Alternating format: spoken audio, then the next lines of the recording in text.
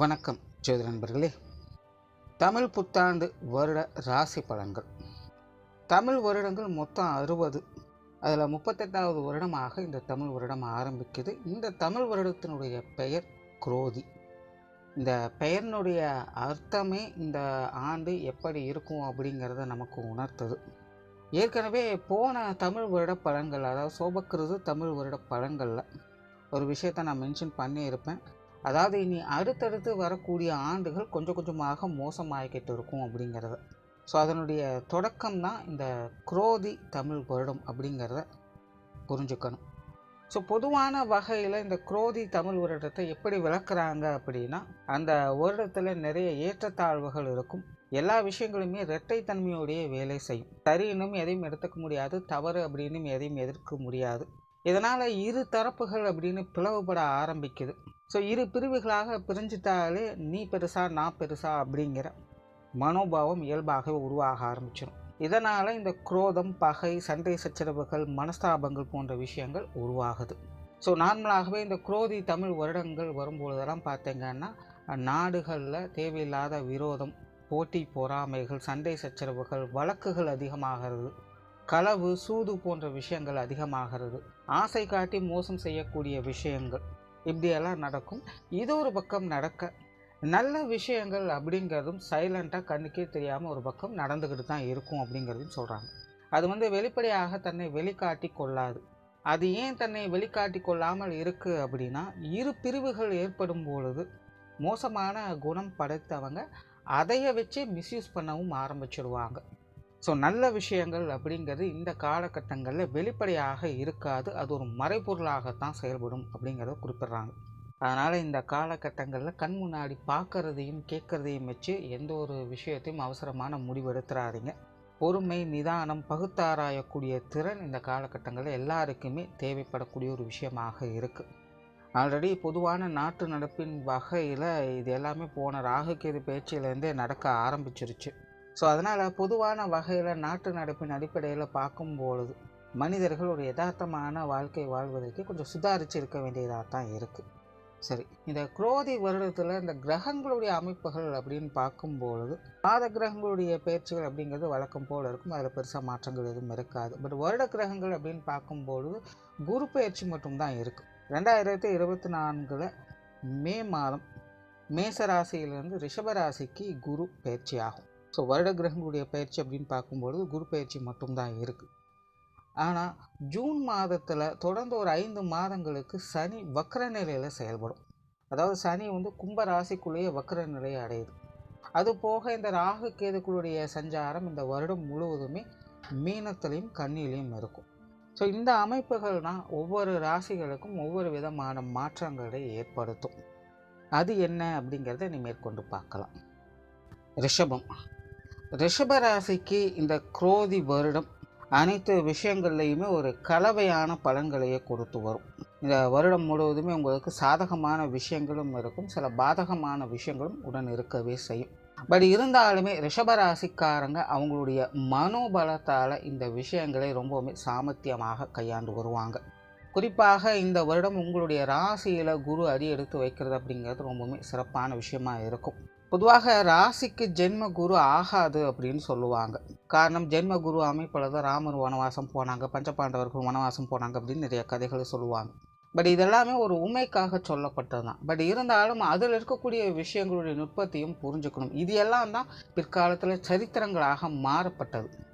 வனவாசம் அப்படிங்கிறது கஷ்டமாக இருந்தாலும் அந்த வனவாசம் தான் ஒரு சரித்திரங்களையே உண்டாக்குச்சு.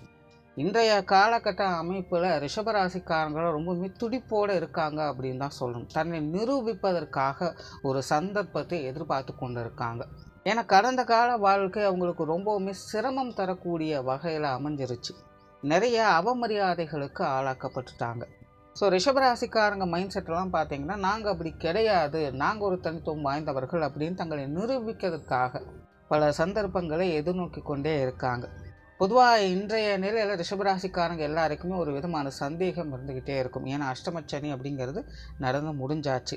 மற்ற கிரகங்களுடைய அமைப்புகளும் ஓரளவுக்கு சாதகமாகவே இருக்குது. எல்லாமே நல்ல விஷயங்கள் தான் இருக்குது, எல்லாமே நல்லா தான் நடக்குதுன்னு சொல்லிட்டு இருக்காங்க. பட் இருந்தாலும் எனக்கு ஒன்றும் பெருசாக எதுவும் நடக்கலை அப்படிங்கிற ஒரு ஃபீல் அவங்களுக்குள்ளே இருந்துக்கிட்டே இருக்கும். காரணம் என்னென்னா, அவங்க ஒரு அசாத்தியமான விஷயங்களை எதிர்பார்த்துக்கிட்டு இருக்காங்க அப்படிங்கிறது தான் உண்மை. ஏன்னா அவங்க பட்ட கஷ்டங்கள், துன்பங்கள், மன வேதனைகள் இது எல்லாமே பார்த்தீங்கன்னா அவங்களுக்கு ஒரு உத்வேகத்தை ஏற்படுத்துது. எல்லாத்தையும் விட சிறப்பாக ஒரு விஷயத்தை உருவாக்கி தன்னை நிரூபிக்கணும் அப்படிங்கிறது தான். ஏன்னா ரிஷபராசிக்காரங்க அப்படின்னாலே அவங்க மன ரீதியான போராட்டங்களுக்கு ஆட்படக்கூடியவங்க. அவங்களுடைய மனசுக்குள்ளே ஒரு தீ எரிஞ்சுக்கிட்டே இருக்கும். காரியம் செயலாற்ற முடியல அப்படின்னாலும் கூட அவங்களுடைய மனம் இல்லை உன்னால் முடியும் அப்படின்னு அவங்களை உத்வேகப்படுத்தி ஏதாவது ஒன்று செய்ய தூண்டிக்கிட்டே இருக்கும். அவங்களுடைய மனம் அவ்வளோ சீக்கிரத்தில் எந்த ஒரு விஷயத்தையும் விட்டு கொடுக்காது. ஸோ ரிஷப ராசியினுடைய சிறப்பு குணம் அது. ரிஷப லக்னக்காரங்களுக்கு இது பொருந்தாது, பட் ராசிக்கு இது முழுவதும் பொருந்தும். அவங்களுடைய மனம் எதையும் அவ்வளோ சீக்கிரத்தில் விட்டு கொடுக்காது, தோண்டு போக விடாது. ரிஷபராசிக்காரங்க எதையாவது ஒன்று சாதிச்சே ஆகணும் அப்படிங்கிற தீவிரத்தன்மையோடு தான் எப்போவுமே செயல்படுவாங்க. அவங்களுடைய யூனிக்னஸை நிரூபிக்கணும் அப்படின்னு தான் அவங்க சிரமப்படவே செய்வாங்க. ஸோ நார்மலாக இந்த ஜோதிட ரீதியாக நல்ல நேரம் அமைஞ்சிருக்கு, கிரக அமைப்புகள் சாதகமாக இருக்குது அப்படின்னு சொல்கிறது எல்லாமே நார்மலான விஷயங்கள் தான். கால நேரம் நல்லா இருக்குது அப்படிங்கிறது தான் உணர்த்தும். நல்லா இருக்கிற நேர காலங்களில் நல்ல விஷயங்கள் நடக்கும், கெட்டதாக இருக்கக்கூடிய கால நேரங்களில் மோசமான சூழ்நிலைகள் ஏற்படும் அப்படிங்கிறது தான் விஷயம். ஸோ அப்படி தான் இந்த ரிஷப ராசிக்காரங்க இப்போ மோசமான சூழ்நிலைகளிலிருந்து நல்ல கால நேரங்களுக்கு மாறி இருக்காங்க. கால நேரம் அவங்களுக்கு சாதகமாக அமைஞ்சுக்கிட்டு இருக்குது. பட் மைண்ட் செட் என்ன அப்படின்னா அசாத்தியமான விஷயங்களை செயல்படுத்தணும் அப்படிங்கிறது தான். அதனால் யதார்த்தமாக நடந்துட்டு இருக்கக்கூடிய சின்ன சின்ன நல்ல விஷயங்கள் கூட அவங்களுக்கு பெருசாக புலப்படுறது இல்லை. இவ்வளோதானே, இதுதான் நடந்ததா, இதுதான் நல்ல நேரமா அப்படின்னு அது ரொம்பவுமே சிம்பிளாக முடிச்சிடுறாங்க. பட் கொஞ்சம் யோசித்து பார்த்தா தெரியும், சில வருடங்களுக்கு முன்னாடி அது கூட இல்லாத ஒரு நிலை தான் இருந்தது. பட் அந்த சூழ்நிலைகளெல்லாம் கம்பேர் பண்ணும்போது இப்போ ரிஷபராசிக்காரங்க நல்லபடியாகத்தான் இருக்காங்க.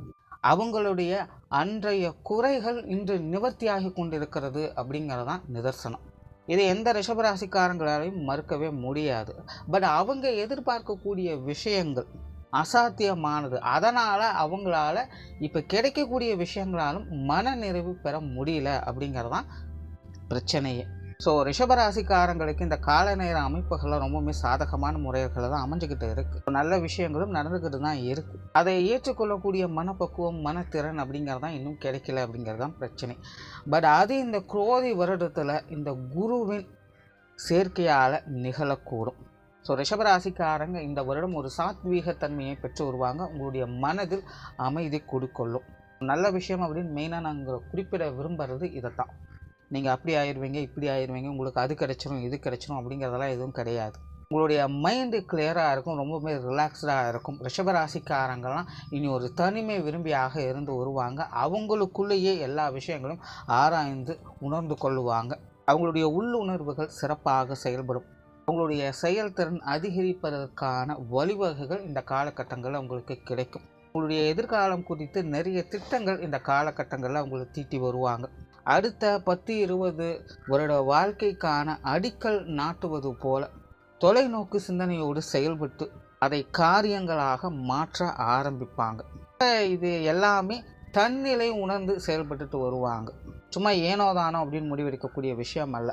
தன்னுடைய கெப்பாசிட்டி என்ன, தன்னை சுற்றி என்ன இருக்குது, தன்னுடைய நிலை என்ன, தன்னால் என்னெல்லாம் முடியும் இல்லை என்னெல்லாம் முடியாது, இதை எவ்வளவு தூரம் கொண்டுட்டு போக முடியும் அப்படிங்கிறதெல்லாம் பகுத்து ஆராய்ந்து மதிநுட்பத்தோடு இனி செயல்பட தொடங்குவாங்க. ஸோ ரிஷபராசிக்காரங்களுக்கு இந்த மனப்பக்குவம் அப்படிங்கிறது குரோதி ஆண்டில் கண்டிப்பாக உருவாகும். இது வரைக்கும் ரிஷபராசிக்காரங்க கிட்டத்தட்ட ஒரு 5-6 வருடங்களுக்கு மேலாக மனசுக்குள்ள ஒரு கோபம் இல்லை யார் மேலேயாவது வெறுப்பு, விரோதம் போன்ற விஷயங்கள் கண்டிப்பாக இருக்கும். யாராவது ஒருத்தராவது நிச்சயமாக இருப்பாங்க. தனக்கு நம்பிக்கை துரோகம் இழைச்சிட்டாங்க, இல்லை இவங்களால தான் எனக்கு இந்த மாதிரி பிரச்சனையே உண்டாச்சு அப்படின்னு ஒரு குறிப்பிட்ட நபர் மேலே பயங்கரமான கோபம் அப்படிங்கிறது இருக்கும். அப்படிப்பட்ட மனிதர்களை கூட மன்னித்து ஏற்றுக்கொள்ளக்கூடிய மனப்பக்குவம் இந்த வருடம் உங்களுக்கு உருவாகும்.